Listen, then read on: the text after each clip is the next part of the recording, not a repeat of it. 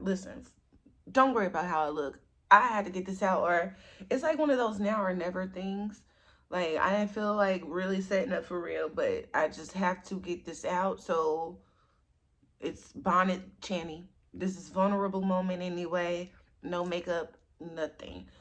My intention with this video is to let my audience know, like, there's been a change in my perspective, so there may be a change in the type of content you see on this channel. I started this channel to be inspirational. I started this channel because I wanted to spread the love of God, my ideas of what that may be. And this movie really helped me put into words what I've kind of been petrified to say out loud. I know this type of expression is something that I need to do for myself. So here goes. Here's my first movie review of Heretic. So I say this movie was made for me because I am a fan of psychological thrillers. I love a good mind-boggling movie. Like, I'm already a psych girl. Like, you know, I graduated with my bachelor's in psychology. I wanted to go into therapy, but undergrad really did it for me. I was like, bitch, I'm never going to school again, ever. I don't want to go to school ever again. So that pipe dream was out the window, but it doesn't change the fact that I love, like, this shit just really, it's my joy, it's my pleasure. Cult shit, like, I will not ever in my life pass up an opportunity to watch anything involving cults, societies, documentaries, get into it. Jonestown, drinking the Kool-Aid, I'm into it. I love that type of shit. So when I came across this movie, my heart burst. Complete, utter, orgasmic joy. I thoroughly enjoyed this movie. It's a psychological thriller. It's talking about religion. It's talking about, what's the word? It starts with a P. I have it in my mind, but the ology words really be beating me down, y'all. Philosophy. Okay, so let's get into it. So the movie starts with Sister Paxton talking about Magnum condoms. She's saying how Magnum condoms are the same size as regular condoms, but because of marketing, we believe that Magnum condoms are bigger. And she says, how many more things do we think is true just because of marketing? Coming out the gate hot. Like, this is the first line of the movie. And then Sister Barnes goes into, like, no, Magnum condoms are really bigger than the normal ones. My auntie's ex-husband, it was very scary. He could only use Magnum condoms. First of all, because I thought that was funny. That whole conversation was funny to me. But anyway, I also want to mention the credits. The credits were even good. Credits just usually come like this. Like, it'll be like Chandra Lachey. Girl, they had them on the side. Like, on the side of the... Created by this cast. That this, I say that's the opening scene, but Sister Paxton and Sister Barnes are Mormons. They're going around trying to get people to convert into their religion. It's kind of like how, you know, Jehovah's Witness go knocking on people's doors. They're doing that. So they were sent a list of people who would be interested in learning more about, I think it was the Church of Christ of Latter-day Saints, something like that. I'm not really familiar with that specter of religion. And oh my God, it is so much information in there. I haven't fact checked it. Oh my God. I'm gonna have to fact check before I finish this goddamn video, because there was a lot of informative information about Mormonism that I didn't know, and I'm not sure if it's still true. But before I started talking about it out of my goddamn mouth, I'm going to fact check. So they're going on these missions, and on the way, of course, they're on their bikes, and they're walking their bikes, and they're just talking. It's just giving you dialogue of their relationship with each other, their friendships, like, you know, it's just them talking. You getting to know the characters. They're building up the characters for you. While they're doing that, they come across a group of girls, right? They come across a group of girls, like, filming in the middle of the street, and Sister Paxton is such a sweetie. She's like, oh, look at those girls. I love those girls. Like, I love those girls. And so the girls are like, hey, can we take a picture with you guys? And the sisters are like, yeah, you can take a picture with us. And they're like, is it true? The girls are like, is it true? Is it true? And um, the Mormons are like, well, is what true? The magic underwear, like the magic underwear. And then one of the girls goes to Sister Paxton and like literally rips down her skirt, and she has like these leggings on. And I guess it's like a running joke that Mormons have magic underwear. I don't know. I never heard that shit before in my life until I watched the movie. Didn't even know they had crazy underwear like that. They got some unique looking underwear. It's very unique. Seems a tad bit uncomfortable. Let's see more. Hold on, men. It's a weird thing to look up, underwear. You know, like if I die or something and somebody's looking at my search history, how embarrassing would that be? I'm pretty sure somebody's search history is worse than mine. Somebody might be looking up Mormon sex. At least I'm just looking up their underwear, and it's for research purposes. Yes, Mormon underwear, also known as temple garments, are the white two-piece undergarments worn by members of the Church of Christ of Latter-day Saints who made sacred covenants in the temple, serving as a reminder of those commitments. So I'm not laughing because I respect everybody, okay? It's just strange. But that's the underwear. So they were saying, is it magic? Is it magic? But she pulled her pants down, and those are the pants she had on. These are the pants that she had on. So she was really hurt by that, like, cause she was like thinking the girls were cool and just really wanted to take a picture with her. I'm talking about Sister Paxton. So they're walking to their next appointment, and Sister Paxton is crying. Like, that shit embarrassed her. Like, she was like wiping her tears, and Sister Barnes notices. She's like, you know, don't worry about it. You know, it'll be all right. Those girls are mean. And she's like, you know, people think we're strange. People think that Sister Paxton's like, people think that we're strange. And Sister Barnes is like, who cares about what people think? Like, you know, people are just going to be thinking anyway. So that's that scene. So now we get into the nitty gritty of it all, girl. This is where shit get crazy, scary, spooky, hilarious. Not necessarily hilarious, but maybe crazy, scary, spooky, and gory. A little bit of gorge. That's the only part I hate about this. I don't like blood and guts. There's blood, guts, and vomit. But would it be a horror movie if it didn't have that? So, you know, give and take. Anyway, they get to this house.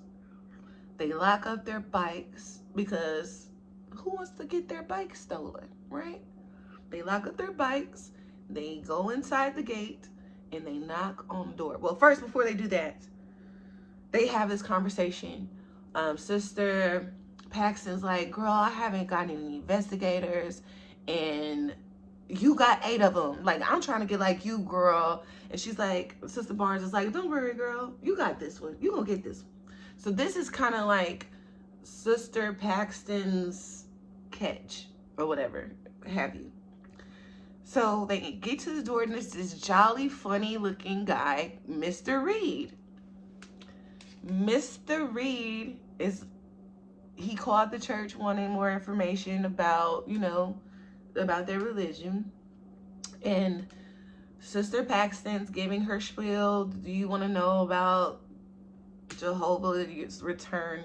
And he's like, it's raining. Don't you want to come in? And she's not even paying attention to what he's saying. It's like kind of this awkward exchange. That's what I love about when Mr. Reed comes into the scenes.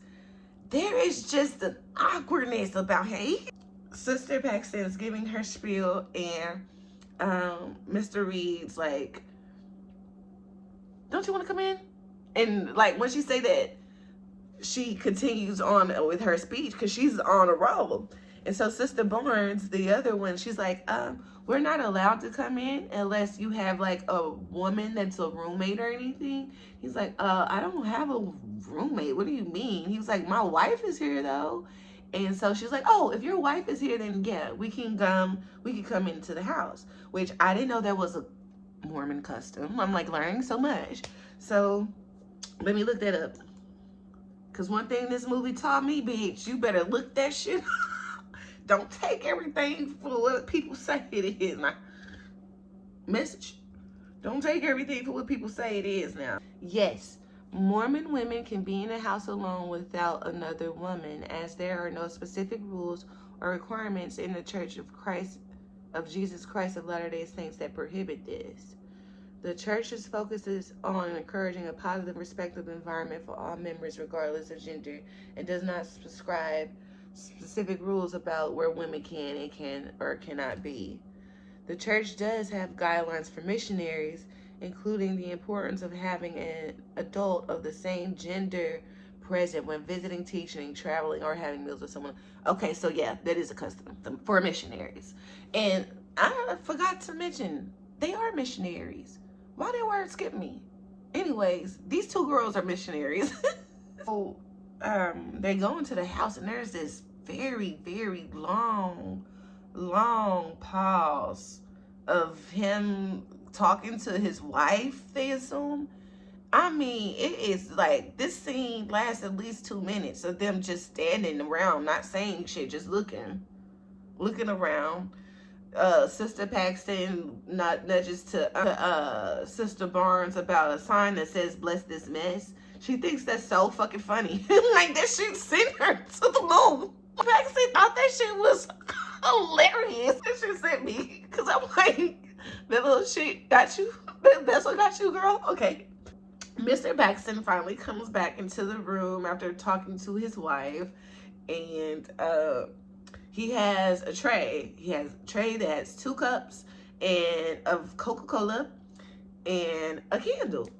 And he has a cup of coffee that has hubby on it. So this is where the shit get real, okay? This is a lot of dialogue in this movie. It's a lot of dialogue, but it's a lot of thought-provoking dialogue. And I love to think. One thing you can't get me to stop doing is thinking.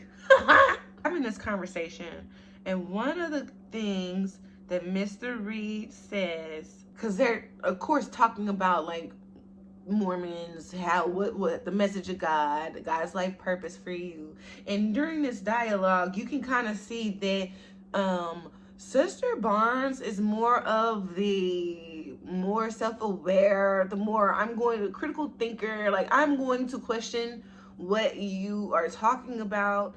Whereas Sister Paxton is more of a, I don't want to call her a bobblehead. But she gives off like a little bit much of a naive, I just believe what people tell me and type of thing personality. Mr. Reed is asking provoking questions, but he's asking questions that you can, you know, when somebody asks you questions and they already got an answer, they just want to see what you gonna say. They just want to see how you are. That's kind of like how he's probing them. He's not really inquiring about Mormonism or being a part of the Church of the Church Jesus Christ Latter-day Saints. He don't give a fuck about that. He's just here to be condescending, really, is what it is given to me. But he says something that stuck out to me. He says, if revelation from God comes from man and man are flawed, how do you even know that is true? And when I tell you, that is the question that I had to go through that. 2020, I feel like 2020, I went through a journey. Let's call it a journey. I went through a transitional journey of belief to where I questioned everything I ever questioned in my life as far as my belief system, and the shit wasn't making sense.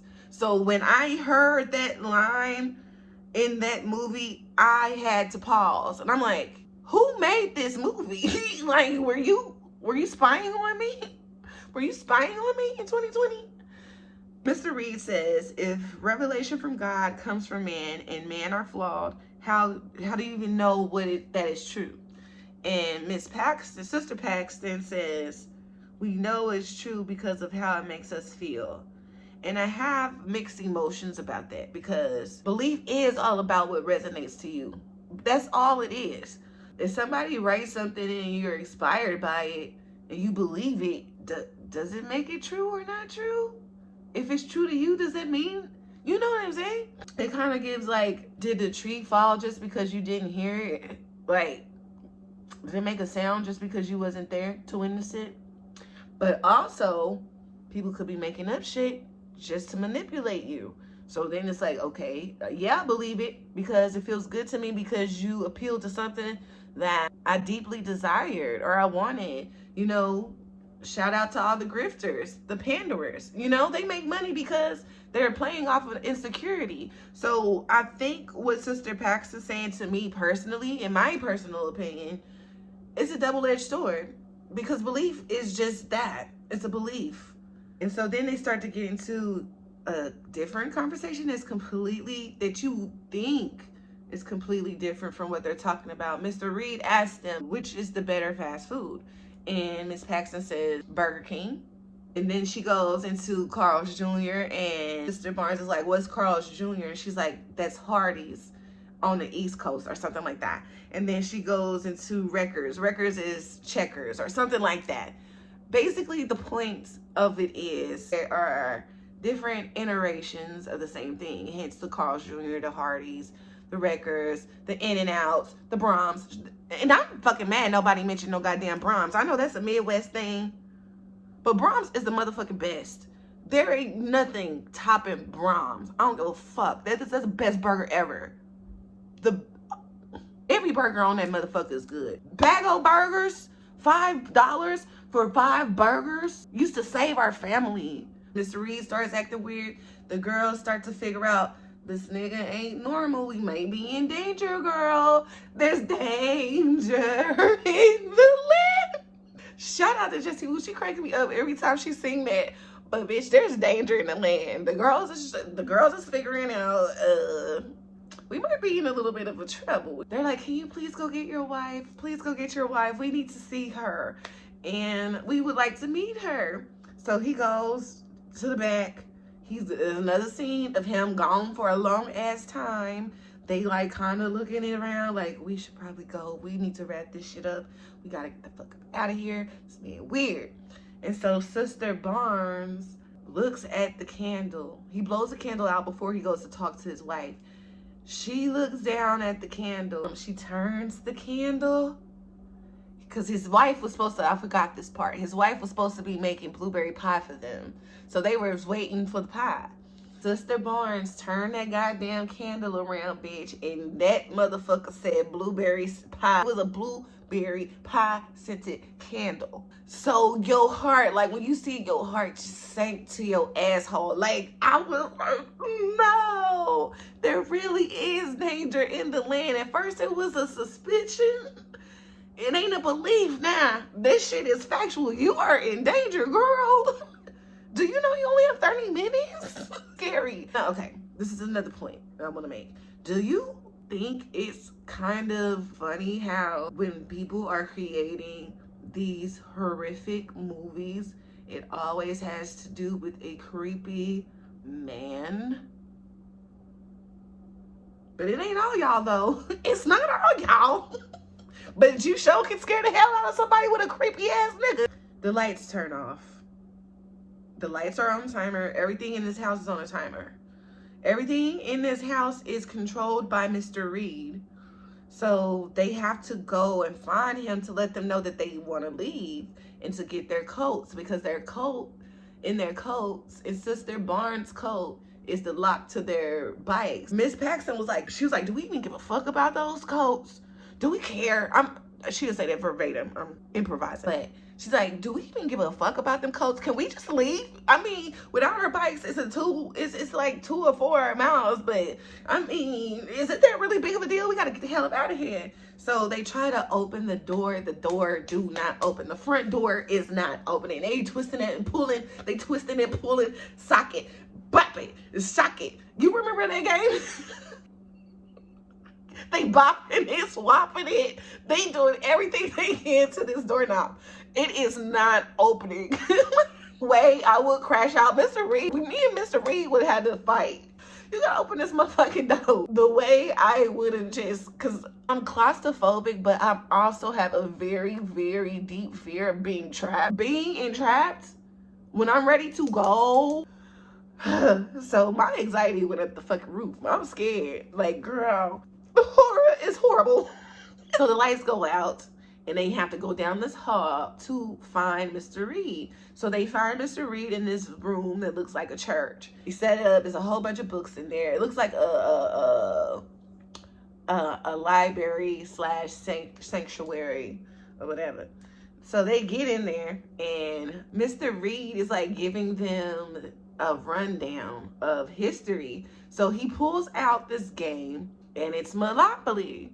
And he's showing you the pieces. He's like, you know, this game, Monopoly, everybody's played it, blah, blah, blah. But did you know that there's a game called The Landlord's Way that was made the first iteration of Monopoly, but it was made a decade before by a woman, looked almost exactly the same. But he said that there was a car salesman in Detroit that seen it, basically stole the idea, renamed it, and now Monopoly. And the lady never even got credit for any of it. Died penniless. Let me look that up too, because look, one thing that movie told me, you better back check. The hell? Oh no, it's called The Landlord's Game. This is what it looked like. The Landlord's Game. Bye. Cause I want to give her credit. I can't pay, but I'll give you some credit, girl. Lizzie Maggie. Elizabeth Maggie. So yeah, a nigga stole her idea. She didn't get no fucking money from it. Whoopie damn dude. Don't we know that story very well? What's new? Niggas will be niggas. Now, I mean, men will be men. In any race, okay? All across the board. Y'all all niggas to me. Monopoly was derived from The Landlord's Game. And then he goes to the original Monopoly board to the new Monopoly. And then he says there are 3 major monolithic religions, which we know this to be true. There's Judaism, Christianity, and Islam. Judaism is the first. Christianity is an iteration of that. And Islam is the newest form of the same thing, but they all say the same thing. They're all saying the same thing, but in different ways. But he said different iterations coming from the same source. I'll tell you, eating. They ate that shit. He gives the girls an option, because at this point, he lets them know, yeah, bitch, I'm gonna kill you. Like, this ain't that. I don't care. Like, you're dying tonight. But let me just see something. Like, there's 2 doors that he has in this room. And he's like, let's play a game. Go stand over there. And on one door, he writes belief. And the other door, he writes disbelief. And he's like, choose one of those doors. Either way.